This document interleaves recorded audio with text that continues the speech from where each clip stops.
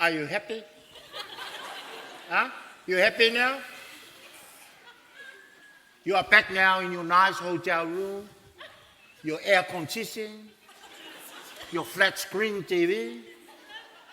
We come all the way from New Zealand here to Samoa, and you don't want to stay with my family in the village? The only reason I didn't want to stay with your family in the village is because there we have no privacy. Privacy? Yes. Hello, welcome to Samoa.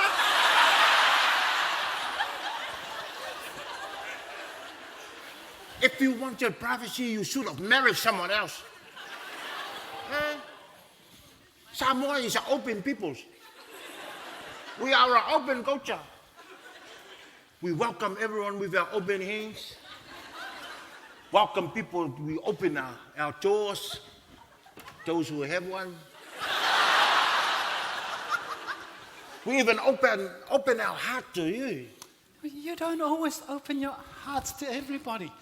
Well, this morning, as I was walking into the house, I slipped and fell over, and your whole family started laughing at me.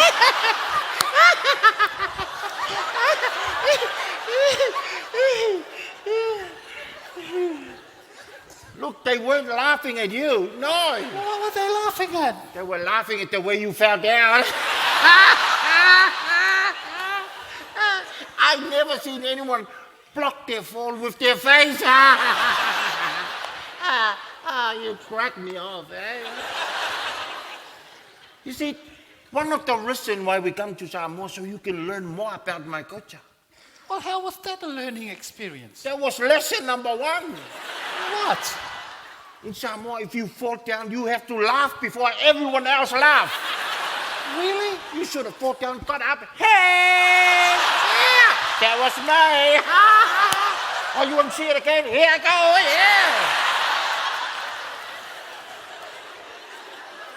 And while you are laughing, you have to laugh. I'm gonna kill you, and kill you. That's how you laugh the pain away.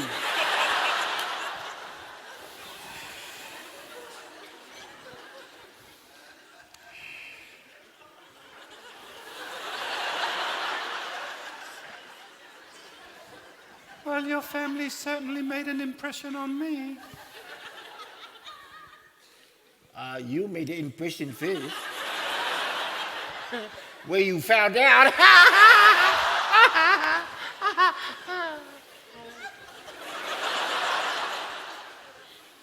Impression. What do you mean by my family make an impression to you? Huh? What impression?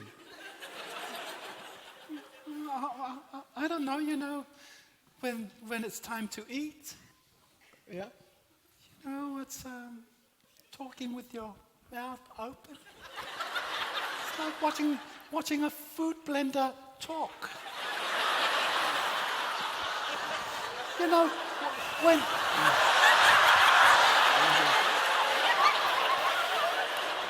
Listen, I'm sorry. When we go to my parents' house, it's a nice, quiet, civil affair. We're gonna do this here right now?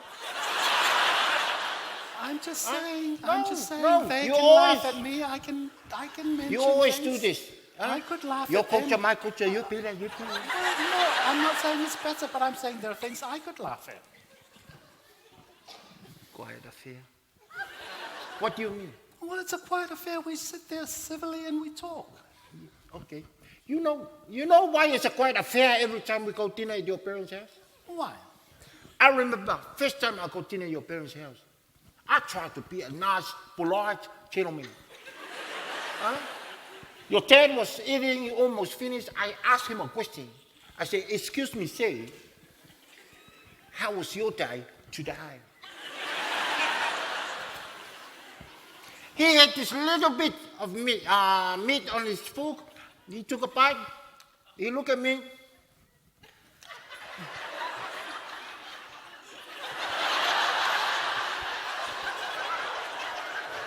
"10 minutes just going like this."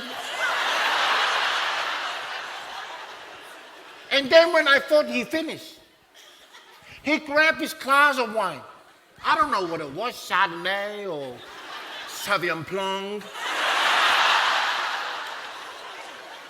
He took a sip of his wine. He looked at me. Another 10 minutes go by. And then after when he finished, he looked at me and he said, oh, sorry, excuse me, what was your question again? That is why it's such a quiet affair. No one can be bothered asking and then get an answer tomorrow, you know? Well, at least we sit there and we eat properly with knives and forks, not with our fingers and our hands. You know why we eat with our fingers and our hands? Because you can eat anything and everything with your hands. You can't do that with a knife and fork. Give me an example. Okay, for example. Yes. We go to your house, you got 4 forks here, 5 knives over here, 10 spoons over there. It's like, oh, okay, well, what do you want me to do? Oh.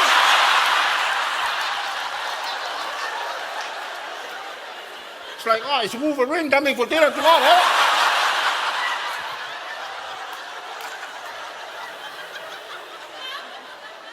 For example. We was at your parents' house one night, and your dad was about to eat a drumstick with a knife and fork. He was looking at the drumstick like,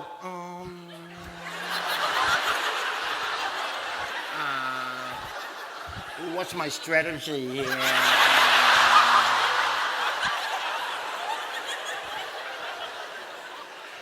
And then when he started cutting into the drumstick, he couldn't control it. He started to chase the drumstick like this around the plate.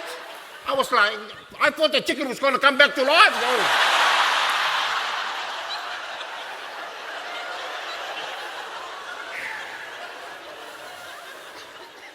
And then he put the chicken drumstick next to the side of his plate like he was finished. There was still plenty of meat on that drumstick. I was like, oh, you're trying to tease me now, is it?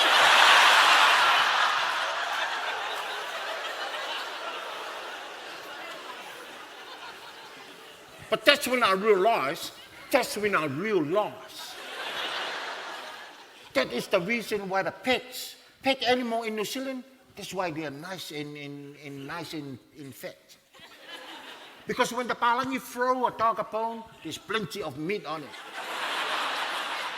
In New Zealand, when the owner throws the bone to the dog's like,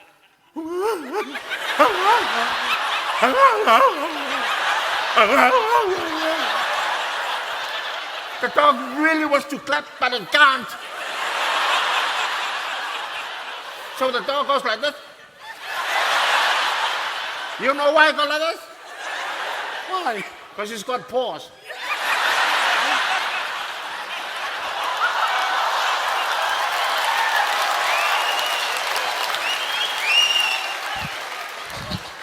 You see, in Samoa, a drumstick only lasts 2 seconds. 1 second in, 2 seconds gone. And in Samoa, when the owner throws the dog a bone, the dog in Samoa is like,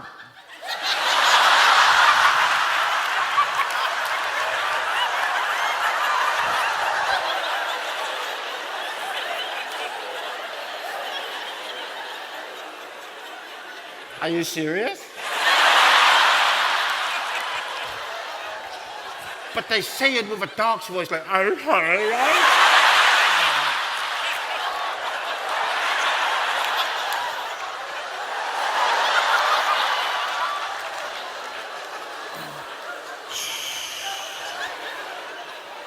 it's not like your family. They all sit there and they eat and they're talking at the same time.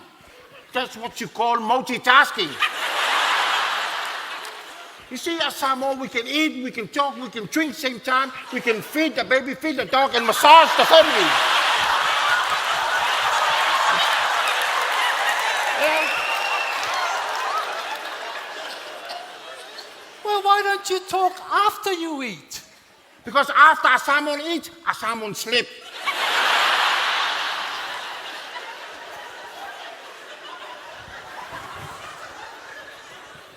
You see, Our dinner party is different from your dinner party. For example, every dinner party we go to your parents' house, start like 6 o'clock. You start off with a pre-drink. Everyone just drink away. Oh, I say, old chap, you are quite a And then they pass around these little crackers. It's like you need a telescope saying, oh, yeah, no, it's ham and cheese. That was ham and cheese. Yeah. And the thing I can't believe is so small, and then you take a little bite, you're like, I'm so full. I'm going to save that for tomorrow.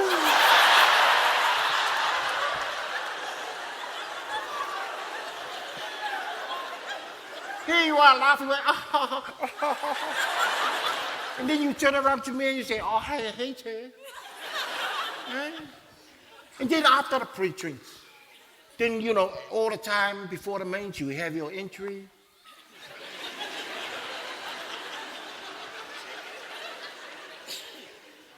After the entry, you have your minds. After your minds, you have your test head. After your test head, then you have more drinks. More. This is what I don't get. It's coffee. Why can't you just have one coffee? One type of coffee. In Samoa house, one type of coffee, one type of tea, one type of things. At your parents' house, oh, would you like a coffee? Oh, can I have a mocha? Can I have a cappuccino? Can I have a flat white? Can I have a long black? Can you just have what I'm going to give you?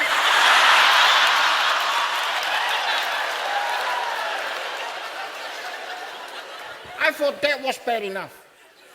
And then you ask, oh, would you like milk? You say, oh, I like slim milk. Oh, I like soy milk. I'm like, you just have whatever milk I give you.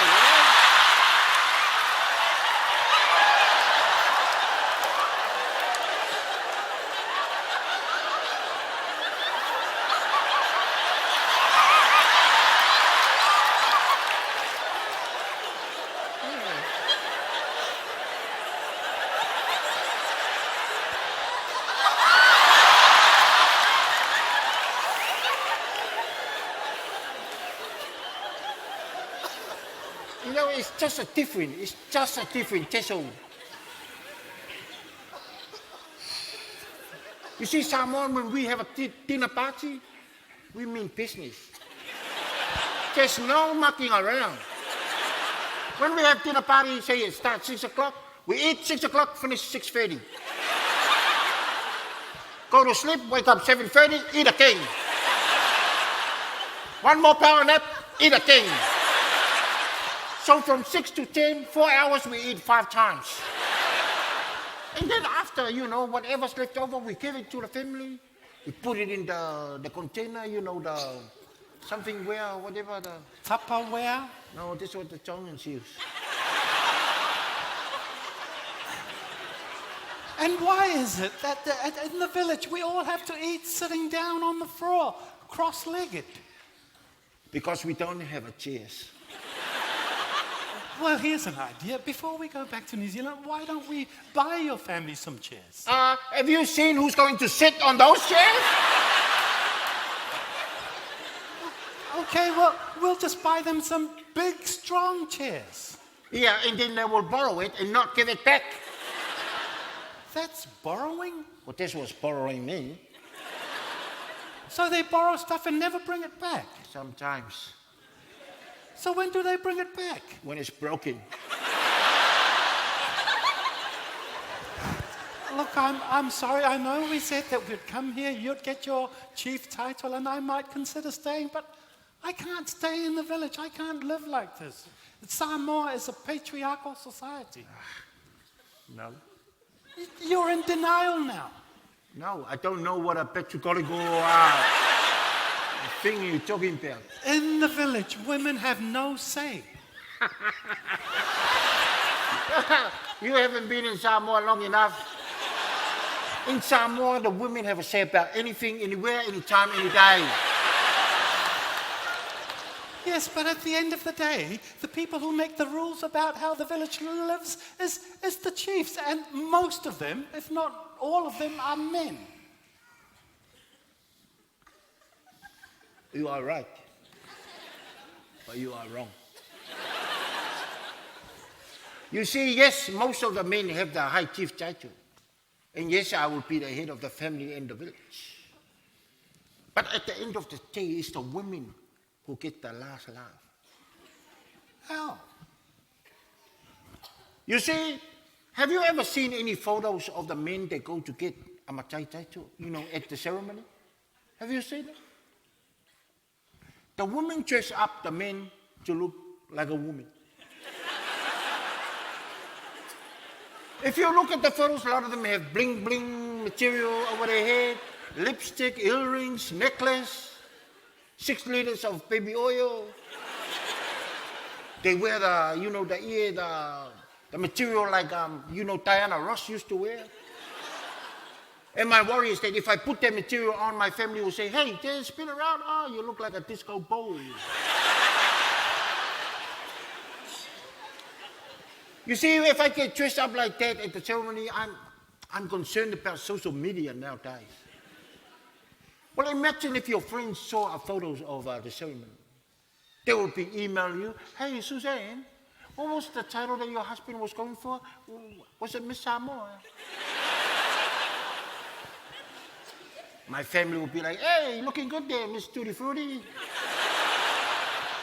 Yes, but that's just dressing up. At the end of the day, women have no power. What do you mean? Hey, it's not just the women who have no power. Huh? The whole village has no power. That's why I want to get the chief title, so I can run in the election. Because I believe it is my generator that is the future of all generators. And I will bring power to the people.